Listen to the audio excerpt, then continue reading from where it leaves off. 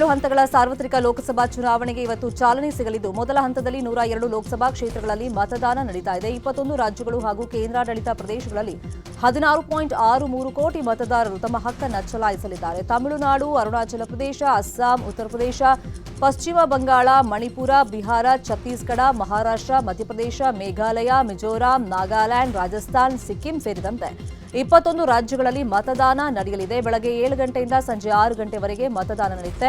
ಇನ್ನು 18 ಲಕ್ಷ ಸಿಬ್ಬಂದಿಯನ್ನು ಚುನಾವಣಾ ಕೆಲಸಕ್ಕೆ ನಿಯೋಜನೆ ಮಾಡಲಾಗಿದೆ. ಇದೇ ವೇಳೆ ಅರುಣಾಚಲ ಪ್ರದೇಶ ವಿಧಾನಸಭೆಯ 60 ಹಾಗೆಯೇ ಸಿಕ್ಕಿಂ ವಿಧಾನಸಭೆಯ ಎಲ್ಲಾ 32 ಸ್ಥಾನಗಳಿಗೂ ಇವತ್ತೇ ಚುನಾವಣೆ ನಡೆಯಲಿದೆ. ರಾಜ್ಯದಲ್ಲಿ ನಡೆಯುವಂತಹ ಮೊದಲ ಹಂತದ ಚುನಾವಣಾ ಕಾರ್ಯಕ್ಕೆ ನಿಯೋಜನೆಗೊಂಡಿರುವಂತಹ ಕೇಂದ್ರ ಹಾಗೂ ರಾಜ್ಯ ಸರ್ಕಾರದ ಸಿಬ್ಬಂದಿಗೆ ಇಂದಿನಿಂದ ಅಂಚೆ ಮತದಾನ ವ್ಯವಸ್ಥೆ ಮಾಡಲಾಗಿದೆ. ಇಂದಿನಿಂದ ಭಾನುವಾರದವರೆಗೆ ಬೆಳಗ್ಗೆ 9 ಗಂಟೆಯಿಂದ ಸಂಜೆ 5 ಗಂಟೆವರೆಗೆ ಅಂಚೆ ಮತದಾನ ಕೇಂದ್ರದಲ್ಲಿ ಮತದಾನವನ್ನು ಮಾಡಬಹುದಾಗಿದೆ.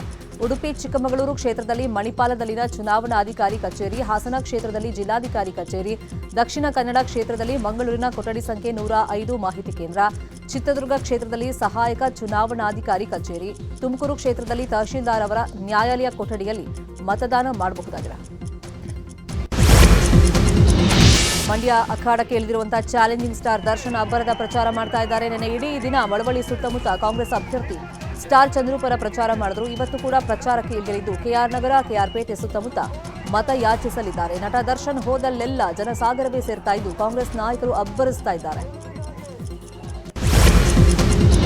ಜೆಡಿಎಸ್ ಭದ್ರಕೋಟೆ ಹಾಸನದಲ್ಲಿ ಇವತ್ತು ಸಿಎಂ, ಡಿಸಿಎಂ ಪ್ರಚಾರ ನಡೆಸಲಿದ್ದಾರೆ. ಚನ್ನರಾಯಪಟ್ಟಣ, ಹೊಳೆನರಸೀಪುರ, ಅರಕಲಗೂಡು ಸೇರಿದಂತೆ ಎಲ್ಲಾ ವಿಧಾನಸಭಾ ಕ್ಷೇತ್ರಗಳಲ್ಲಿ ಭರ್ಜರಿ ಕ್ಯಾಂಪೇನ್ ಮಾಡಲಿದ್ದಾರೆ. ಅಭ್ಯರ್ಥಿ ಶ್ರೇಯಸ್ ಪಟೇಲ್ ಪರವಾಗಿ ಮತ ಯಾಚಿಸಲಿದ್ದಾರೆ. ಇನ್ನು ಡಿಸಿಎಂ ವಿರುದ್ಧ ಹಲವು ಆರೋಪ ಮಾಡಿದರು ದೇವೇಗೌಡರು. ಈ ಆರೋಪಗಳಿಗೆ ಡಿಕೆ ಶಿವಕುಮಾರ್ ಹಾಸನದಲ್ಲೇ ತಿರುಗೇಟು ನೀಡುವಂತ ಸಾಧ್ಯತೆ ಇದೆ.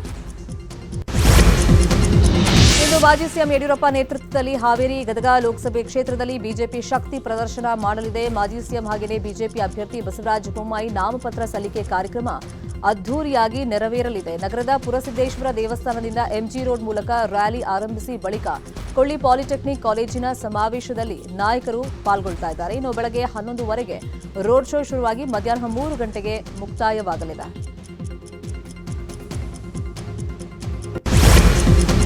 ಕೋಲಾರ ಕ್ಷೇತ್ರ ಗೆಲ್ಲೋದಕ್ಕೆ ದೋಸ್ತಿ ನಾಯಕರು ಅಖಾಡಕ್ಕಿಳಿತಾ ಇದ್ದಾರೆ. ಮಾಜಿ ಪ್ರಧಾನಿ ಎಚ್ಡಿ ದೇವೇಗೌಡರು ಹಾಗೆಯೇ ಮಾಜಿ ಮುಖ್ಯಮಂತ್ರಿ ಡಿವಿ ಸದಾನಂದಗೌಡ ಮಲೇಶ್ ಬಾಬು ಪರವಾಗಿ ಭರ್ಜರಿ ಪ್ರಚಾರ ನಡೆಸಲಿದ್ದಾರೆ. ಮೊದಲು ಶಿಡ್ಲಘಟ್ಟ ತಾಲೂಕಿನ ವೈ ಹುಣಸೇನಹಳ್ಳಿಯಿಂದ ಪ್ರಚಾರ ಶುರುವಾಗಲಿದ್ದು ಬಳಿಕ ಮಾಲೂರು ಪಟ್ಟಣದ ಆರ್ಜಿ ಕನ್ವೆನ್ಷನಲ್ ಹಾಲ್ನಲ್ಲಿ ಪ್ರಚಾರ ಸಭೆ ನಡೆಸಲಿದ್ದಾರೆ.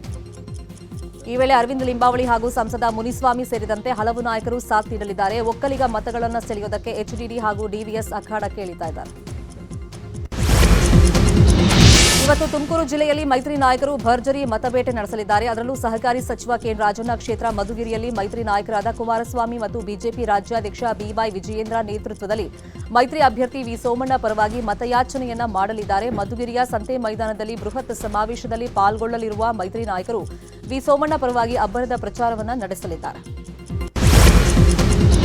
ದಾವಣಗೆರೆಯ ಬಿಜೆಪಿ ಅಭ್ಯರ್ಥಿ ಗಾಯತ್ರಿ ಸಿದ್ದೇಶ್ವರ್ ಇವತ್ತು ಶಕ್ತಿ ಪ್ರದರ್ಶನದ ಮೂಲಕ ನಾಮಪತ್ರ ಸಲ್ಲಿಕೆಯನ್ನ ಮಾಡಲಿದ್ದಾರೆ. ನಗರ ದೇವತೆ ದುಗ್ಗಮ್ಮ ದೇವಿಗೆ ಪೂಜೆ ಸಲ್ಲಿಸಿದ ನಂತರ ಅದ್ದೂರಿ ರೋಡ್ ಶೋ ನಡೆಸಲಿದ್ದಾರೆ. ನಗರದ 3 ಕಡೆಯಿಂದ ರೋಡ್ ಶೋ ನಡೆಯಲಿದ್ದು ಮಾಜಿ ಸಿಎಂ ಯಡಿಯೂರಪ್ಪ, ಶ್ರೀರಾಮುಲು, ಜನಾರ್ದನ ರೆಡ್ಡಿ ಸೇರಿದಂತೆ ಹಲವು ನಾಯಕರು ಭಾಗವಹಿಸಲಿದ್ದಾರೆ. ರಾಜ್ಯದಲ್ಲಿ 2ನೇ ಹಂತದಲ್ಲಿ ನಡೆಯುವಂತಹ ಲೋಕಸಭಾ ಚುನಾವಣೆಗೆ ನಾಮಪತ್ರ ಸಲ್ಲಿಕೆ ಬಿರುಸುಗೊಂಡಿದ್ದು ನಿನ್ನೆ ಬಿವೈ ರಾಘವೇಂದ್ರ, ಉಮೇಶ್ ಜಾಧವ್ ಸೇರಿದಂತೆ 90 ಅಭ್ಯರ್ಥಿಗಳಿಂದ 104 ಉಮೇದುವಾರಿಕೆ ಸಲ್ಲಿಕೆಯಾಗಿವೆ. ಈವರೆಗೆ ಒಟ್ಟು 241 ಅಭ್ಯರ್ಥಿಗಳಿಂದ 351 ನಾಮಪತ್ರ ಸಲ್ಲಿಕೆ ಆದಂತೆ ಆಗಿದೆ. ನಾಮಪತ್ರ ಸಲ್ಲಿಸಲು ಇವತ್ತು ಕೊನೆ ದಿನವಾಗಿದೆ. ನಿನ್ನೆ ವಿವಿಧ ಪಕ್ಷದ ಅಭ್ಯರ್ಥಿಗಳು ಬೃಹತ್ ರ್ಯಾಲಿ ಮತ್ತು ಸಮಾವೇಶಗಳನ್ನು ನಡೆಸುವ ಮೂಲಕ ಶಕ್ತಿ ಪ್ರದರ್ಶನ ಮಾಡಿದರು. ಶಿವಮೊಗ್ಗ ಕ್ಷೇತ್ರದ ಬಿಜೆಪಿ ಅಭ್ಯರ್ಥಿ ಬಿವೈ ರಾಘವೇಂದ್ರ, ಕಲಬುರಗಿಯಲ್ಲಿ ಬಿಜೆಪಿಯ ಉಮೇಶ್ ಜಾಧವ್, ಬಾಗಲಕೋಟೆಯಲ್ಲಿ ಬಿಜೆಪಿ ಸಂಸದ ಗದ್ದಿಗೌಡರ್, ಚಿಕ್ಕೋಡಿಯಲ್ಲಿ ಕಾಂಗ್ರೆಸ್ನ ಪ್ರಿಯಾಂಕಾ ಜಾರಕಿಹೊಳಿ, ಧಾರವಾಡದಲ್ಲಿ ಪಕ್ಷೇತರ ಅಭ್ಯರ್ಥಿಯಾಗಿ ದಿಂಗಾಲೇಶ್ವರ ಸ್ವಾಮೀಜಿ ನಾಮಪತ್ರ ಸಲ್ಲಿಸಿದರು. 2ನೇ ಹಂತದ ಚುನಾವಣಾ ಕಣದಲ್ಲಿರುವಂತಹ ಅಭ್ಯರ್ಥಿಗಳೆಲ್ಲ ಕೋಟ್ಯಾಧಿಪತಿಗಳು. ಶಿರಹಟ್ಟಿಯ ಫಕೀರ ದಿಂಗಾಲೇಶ್ವರ ಸ್ವಾಮೀಜಿ 10 ಕೋಟಿ ಮೌಲ್ಯದ ಆಸ್ತಿಯನ್ನ ಘೋಷಣೆ ಮಾಡಿಕೊಂಡಿದ್ದಾರೆ. ಶಿವಮೊಗ್ಗದ ಬಿಜೆಪಿ ಅಭ್ಯರ್ಥಿ ಬಿವೈ ರಾಘವೇಂದ್ರ ಒಟ್ಟು 73.71 ಕೋಟಿ ಮೌಲ್ಯದ ಆಸ್ತಿ ವಿವರ ಸಲ್ಲಿಸಿದ್ದಾರೆ. ರಾಘವೇಂದ್ರ 55.85 ಕೋಟಿ ಮತ್ತು ಪತ್ನಿ ತೇಜಸ್ವಿನಿ ಅವರ ಹೆಸರಲ್ಲಿ 17.86 ಕೋಟಿ ಆಸ್ತಿ ಇದೆ. ಚಿಕ್ಕೋಡಿ ಕಾಂಗ್ರೆಸ್ ಅಭ್ಯರ್ಥಿ ಪ್ರಿಯಾಂಕಾ ಜಾರಕಿಹೊಳಿ 9.11 ಕೋಟಿ ಮೌಲ್ಯದ ಆಸ್ತಿ ಒಡತಿಯಾಗಿದ್ದು, ಬಾಗಲಕೋಟೆ ಬಿಜೆಪಿ ಅಭ್ಯರ್ಥಿ ಪಿಸಿ ಗದ್ದಿಗೌಡರ್ 7.57 ಕೋಟಿ ಆಸ್ತಿಯನ್ನು ಹೊಂದಿದ್ದಾರೆ. ಕೋಲಾರದ ಶ್ರೀನಿವಾಸಪುರ ಮತದಾರರ ವಿರುದ್ಧ ಮಾಜಿ ಶಾಸಕ ರಮೇಶ್ ಕುಮಾರ್ ಆಕ್ರೋಶವನ್ನು ಹೊರಹಾಕಿದ್ದಾರೆ. ತಮ್ಮ ಸೋಲಿಗೆ ಕಾರಣವಾದ ಮತದಾರರ ವಿರುದ್ಧ ರಮೇಶ್ ಕುಮಾರ್ ಗರಂ ಆಗಿದ್ದು ಬೆನ್ನಿಗೆ ಚಾಕು ಹಾಕೋದ್ರಲ್ಲಿ ಈ ಕ್ಷೇತ್ರದ ಜನ ಮುಂದಿದ್ದಾರೆ. ಕೆಸಿ ವ್ಯಾಲಿ ಯೋಜನೆಗೆ ಕೊಳಚೆ ನೀರು ಅಂತ ವ್ಯಂಗ್ಯ ಮಾಡಿದರು. ಈಗ ದೇವೇಗೌಡರು ಕುಮಾರಸ್ವಾಮಿ ಕಾವೇರಿ ನೀರು ಬಿಡ್ತಾ ಇದ್ದಾರಾ ಅಂತ ಕಿಡಿಕಾರಿದರು. ಕೋಲಾರದಲ್ಲಿ ಜೆಡಿಎಸ್ ಆಪರೇಷನ್ ಅಸ್ತ್ರ ಬೀಸಿದೆ. ಸಚಿವ ಕೆಎಚ್ ಮುನಿಯಪ್ಪ ಆಪ್ತ ಹಾಗೂ ಬಂಗಾರಪೇಟೆಯ ಕಾಂಗ್ರೆಸ್ ಮುಖಂಡ ರಾಮಚಂದ್ರಪ್ಪ ಇಂದು ಜೆಡಿಎಸ್ ಸೇರ್ಪಡೆಯಾಗಲಿದ್ದಾರೆ. ಬೆಂಗಳೂರಿನ ಜೆಡಿಎಸ್ ಕಚೇರಿಯಲ್ಲಿ ಜೆಡಿಎಸ್ ಸೇರ್ಪಡೆಯಾಗಲಿದ್ದಾರೆ. ಸಚಿವ ಕೆಎಚ್ ಮುನಿಯಪ್ಪ ಬಣದಲ್ಲಿ ಕೋಲಾರ ಲೋಕಸಭೆ ಟಿಕೆಟ್ ಸಿಗುವಂತ ನಿರೀಕ್ಷೆಯಲ್ಲಿದ್ದರು. ಆದರೆ ಈ ಬಾರಿ ಟಿಕೆಟ್ ಮಿಸ್ ಆಗಿದ್ದಕ್ಕೆ ತನ್ನ ಬೆಂಬಲಿಗರ ಜೊತೆಯಲ್ಲಿ ಜೆಡಿಎಸ್ ಪಕ್ಷಕ್ಕೆ ಸೇರ್ಪಡೆ ಆಗಲಿದ್ದಾರೆ. ದೇವೇಗೌಡರ ಕುಟುಂಬಸ್ಥರು ಕಲ್ಲು ಹೊಡಿತಾ ಇದ್ರು ಎಂಬ ಡಿಕೆ ಸುರೇಶ್ ಹೇಳಿಕೆಗೆ ಎಚ್ಡಿಕೆ ತಿರುಗೇಟನ್ನ ಕೊಟ್ಟಿದ್ದಾರೆ. ಯಾರು ಕಲ್ಲು ಹೊಡಿತಾ ಇದ್ರು ತೋರ್ಸೋಕೆ ಹೇಳಿ. ಸಾವಿರಾರು ಜನ ಕಲ್ಲಿನ ಬಿಸ್ನೆಸ್ ಮಾಡ್ತಾರೆ. ಸರ್ಕಾರದ ರೆಕಾರ್ಡ್ ತಿದ್ದಿ ಅಮಾಯಕರ ಭೂಮಿಯನ್ನ ಕಬಳಿಸಿ ಕಲ್ಲಿನ ಬಿಸ್ನೆಸ್ ಮಾಡ್ತಾ ಇರೋರು ಯಾರು ಹೇಳಿ ಅಂತ ಕಿಡಿಕಾರಿದ್ದಾರೆ. ಲೋಕಸಭೆ ಚುನಾವಣೆ ಹೊತ್ತಲ್ಲಿ ಶಾಸಕ ಯತ್ನಾಳ್ ಮೀಸಲಾತಿ ವಿಷಯವಾಗಿ ಮತ್ತೆ ಗುಡುಗಿದ್ದಾರೆ. ನಮ್ಮ ಪಕ್ಷವೇ ಅಧಿಕಾರದಲ್ಲಿ ಇದ್ದಾಗಲೂ ನಾವು ಪ್ರತಿಭಟನೆ ಮಾಡಿದ್ವಿ. ಆಗ ಕಾಂಗ್ರೆಸ್ ಶಾಸಕರು ದೊಡ್ಡ ಭಾಷಣ ಮಾಡಿದ್ರು.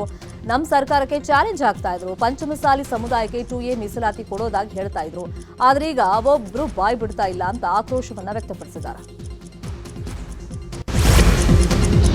ಉಡುಪಿ ಚಿಕ್ಕಮಗಳೂರು ಅಭ್ಯರ್ಥಿ ಕೋಟಾ ಶ್ರೀನಿವಾಸ್ ಪೂಜಾರಿ ಪಾದಯಾತ್ರೆ ಮೂಲಕವೇ ಮತ ಪ್ರಚಾರಕ್ಕೆ ಇಳಿದಿದ್ದಾರೆ. ಚಿಕ್ಕಮಗಳೂರಿನ ತರೀಕೆರೆ ಕ್ಷೇತ್ರದಲ್ಲಿ ನಡ್ಕೊಂಡು ಹೋಗಿನೇ ಮತಯಾಚಿಸಿದ್ರು. ಈ ವೇಳೆ ಮಾಜಿ ಶಾಸಕರಾದ ಡಿಎಸ್ ಸುರೇಶ್ ಹಾಗೇನೆ ಎಸ್ಎಂ ನಾಗರಾಜ್ ಸೇರಿದಂತೆ ಹಲವು ನಾಯಕರು ಸಾಥ್ ಕೊಟ್ಟರು. ಕಡ್ಡಾಯ ಮತದಾನ ಮಾಡುವಂತೆ ಕೊಪ್ಪಳದಲ್ಲಿ ಪುರಸಭೆ ಅಧಿಕಾರಿಗಳು ಜಾಗೃತಿ ಮೂಡಿಸಿದರು. ಕಾರಟಗಿ ಪಟ್ಟಣದಲ್ಲಿ ಕ್ಯಾಂಡಲ್ ಮಾರ್ಚ್ ಫಾಸ್ಟ್ ನಡೆಸುವ ಮೂಲಕ ಎಲ್ಲರೂ ಮತದಾನ ಮಾಡುವಂತೆ ಮನವಿ ಮಾಡಿದರು. ಮದ್ಯ ಲೈಸೆನ್ಸ್ ಹಗರಣದಲ್ಲಿ ಜೈಲು ಸೇರಿರುವಂತಹ ದೆಹಲಿ ಸಿಎಂ ಕೇಜ್ರಿವಾಲ್ ಹತ್ಯೆಗೆ ದೊಡ್ಡ ಸಂಚು ನಡೆದಿದೆ ಅಂತ ಆಮ್ ಆದ್ಮಿ ಪಕ್ಷ ಗಂಭೀರವಾದ ಆರೋಪ ಮಾಡಿದೆ. ಮಧುಮೇಹದಿಂದ ಬಳಲ್ತಾ ಇದ್ರೂ ಕೂಡ ಜೈಲಿನಲ್ಲಿ ಸಿಹಿ ಪದಾರ್ಥ ಕೊಡ್ತಾ ಇದ್ದಾರೆ. ಕೇಜ್ರಿವಾಲ್ ರಕ್ತದಲ್ಲಿ ಸಕ್ಕರೆ ಅಂಶ 300 ದಾಟಿದೆ. ಹೀಗಾಗಿ ಇನ್ಸುಲಿನ್ ನೀಡುವಂತೆ ಮನವಿ ಮಾಡಿದ್ರು. ಅಧಿಕಾರಿಗಳು ಅದಕ್ಕೆ ಅನುಮತಿ ಕೊಡ್ತಾ ಇಲ್ಲ ಅಂತ ಆಪ್ ನಾಯಕರು ಆಕ್ರೋಶವನ್ನ ಹೊರಹಾಕಿದ್ದಾರೆ. ಬೆಂಗಳೂರಿನ ಯಲಹಂಕ ರೈಲ್ವೆ ನಿಲ್ದಾಣದಲ್ಲಿ ವೈದ್ಯರೊಬ್ಬರು ರೈಲಿಗೆ ತಲೆ ಕೊಟ್ಟು ಆತ್ಮಹತ್ಯೆ ಮಾಡಿಕೊಂಡಿದ್ದಾರೆ. ಚಿತ್ರದುರ್ಗದ ಚಳ್ಳಕೆರೆ ಮೂಲದ ಅನಂತ್ ಪ್ರಸಾದ್ ಖಾಸಗಿ ಆಸ್ಪತ್ರೆಯಲ್ಲಿ ಮಕ್ಕಳ ವೈದ್ಯರಾಗಿ ಕೆಲಸ ಮಾಡ್ತಾ ಇದ್ರು. ರಾತ್ರಿ ಮನೆಯಿಂದ ಹೊರಬಂದವರು ಯಲಹಂಕ ರೈಲ್ವೆ ನಿಲ್ದಾಣ ಬಳಿಯಲ್ಲಿ ಹೋಗಿ ಆತ್ಮಹತ್ಯೆ ಮಾಡಿಕೊಂಡಿದ್ದಾರೆ. ಸಾವಿಗೆ ನಿಖರ ಕಾರಣ ಏನು ಅಂತ ಪೊಲೀಸರು ತನಿಖೆಯನ್ನ ಕೈಗೊಂಡಿದ್ದಾರೆ. ರಾಜ್ಯದ ಹಲವೆಡೆ ನಿನ್ನೆ ಭಾರೀ ಮಳೆಯಾಗಿದೆ. ಹಾವೇರಿ ಜಿಲ್ಲೆಯ ಹಾನಗಲ್ ಹಾಗೇನೆ ಹಿರೇಕೆರೂರಿನ ತಾಲೂಕಿನಲ್ಲಿ ಬಿರುಗಾಳಿ ಸಹಿತ ಭಾರೀ ಮಳೆಯಾಗಿದ್ದು 15ಕ್ಕೂ ಹೆಚ್ಚು ಮರಗಳು ಧರೆಗೆ ಉರುಳಿವೆ. ಇನ್ನು ಶಿವಮೊಗ್ಗದ ತೀರ್ಥಹಳ್ಳಿಯಲ್ಲಿ ಹಿಂದೆಂದೂ ಕಾಣದ ರಕ್ಕಸ ಮಳೆಗೆ ದುಬೈ ನಗರ ಅಕ್ಷರಶಃ ತತ್ತರಿಸುವುದಿಲ್ಲ. 4 ದಿನಗಳ ಹಿಂದೆ ಸುರಿದ ಮಳೆಗೆ ದುಬೈ ಸೇರಿ ಯುಎಇನ ಹಲವು ನಗರಗಳು ಈಗಲೂ ಜಲಾವೃತವಾಗಿದೆ. ವಾಹನ ಸವಾರರು ಪರದಾಡ್ತಾ ಇದ್ದು ಇನ್ನೂ 1 ವಾರಗಳ ಕಾಲ ಶಾಲೆಗಳಿಗೆ ರಜೆ ಘೋಷಣೆ ಮಾಡಲಾಗಿದೆ.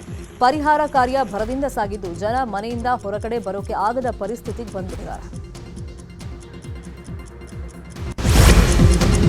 ಪುರಾಣ ಪ್ರಸಿದ್ಧ ಕ್ಷೇತ್ರವಾದ ಶಿವಮೊಗ್ಗ ಜಿಲ್ಲೆಯ ಚಂದ್ರಗುತ್ತಿಯಲ್ಲಿ ರಾಮನವಮಿ ಅಂಗವಾಗಿ ಶ್ರೀರಾಮ ದೇವರ ಪಲ್ಲಕ್ಕಿ ಉತ್ಸವ ನಡೆಸಲಾಯಿತು. ದಾರಿಯುದ್ದಕ್ಕೂ ಗ್ರಾಮಸ್ಥರು ಶ್ರೀರಾಮ ದೇವರಿಗೆ ಹಣ್ಣು ಕಾಯಿ ಸೇವೆ ಸಲ್ಲಿಸಿ ದೇವರ ದರ್ಶನ ಪಡೆದರು. ಶ್ರೀ ಮಹಾಗಣಪತಿ ದೇವಾಲಯದಲ್ಲಿ ಧಾರ್ಮಿಕ ವಿಧಿ ವಿಧಾನಗಳೊಂದಿಗೆ ಶ್ರೀರಾಮ ದೇವರ ವಿಗ್ರಹವನ್ನ ತೊಟ್ಟಿಲಿನಲ್ಲಿ ಇರಿಸಿ ಉತ್ಸವವನ್ನ ನೆರವೇರಿಸಲಾಯಿತು. ಪಂಜಾಬ್ ವಿರುದ್ಧ ಮುಂಬೈ ಇಂಡಿಯನ್ಸ್ ತಂಡ ಗೆದ್ದು ಬೀಗಿದೆ. ಮೊದಲು ಬ್ಯಾಟಿಂಗ್ ಮಾಡಿದ ಮುಂಬೈಗೆ ಸೂರ್ಯಕುಮಾರ್ ಸ್ಫೋಟಕ ಆಟದ ನೆರವಿನಿಂದ 20 ಓವರ್ನಲ್ಲಿ 7 ವಿಕೆಟ್ಗೆ 192 ರನ್ ಕಲೆ ಹಾಕಿದ್ರು. ಈ ಗುರಿ ಬೆನ್ನತ್ತಿದ ಪಂಜಾಬ್ ಗೆಲುವಿನ ಸನಿಹಕ್ಕೆ ಬಂದು ಪಂದ್ಯ ಕೈಚೆಲ್ಲಿದೆ. 28 ಎಸೆತಗಳಲ್ಲಿ 61 ರನ್ ಬಾರಿಸಿದ ಆಶುತೋಷ್ ಪಂಜಾಬ್ಗೆ ಗೆಲುವಿನ ವಿಶ್ವಾಸ ಮೂಡಿಸಿದ್ರು. ಆಶುತೋಷ್ ಔಟ್ ಆಗ್ತಾ ಇದ್ದಂಗೆ ಪಂಜಾಬ್ ಪಡೆ ಆಲೌಟ್ ಆಯಿತು. ಇಂದು ಚೆನ್ನೈ ಹಾಗೂ ಲಖನೌ ಮಧ್ಯೆ ಜಿದ್ದಾಜಿದ್ದಿನ ಪಂದ್ಯ ನಡೆಯಲಿದೆ. ಅಂಕಪಟ್ಟಿಯಲ್ಲಿ 3ನೇ 2ನೇ ಸ್ಥಾನಕ್ಕೇರೋದಕ್ಕೆ ಚೆನ್ನೈ ಬಳಗ ರಣತಂತ್ರ ರೂಪಿಸಿದೆ. ಇನ್ನು ಸತತ 2 ಸೋಲಿನಿಂದ ಕಂಗೆಟ್ಟಿರುವಂತಹ ಲಖನೌ ತವರಿನಲ್ಲಿ ಗೆಲ್ಲುವಂತ ಮೂಲಕ ಜಯದ ಹಳಿಗೆ ಮರಳುವಂತ ಕಾತರದಲ್ಲಿದೆ. ಒಟ್ಟು 6 ಪಂದ್ಯಗಳಲ್ಲಿ 4 ಪಂದ್ಯವನ್ನ ಚೆನ್ನೈ ಗೆದ್ರೆ ಲಖನೌ 6 ಪಂದ್ಯದಲ್ಲಿ 3 ಪಂದ್ಯ ಮಾತ್ರ ಗೆದ್ದಿದೆ. ಕನ್ನಡಿಗರ ಮೆಚ್ಚಿನ ನಿಮ್ಮ ನ್ಯೂಸ್ 18 ಕನ್ನಡ ಈಗ ವಾಟ್ಸ್ಆಪ್ನಲ್ಲಿಯೂ ಲಭ್ಯ.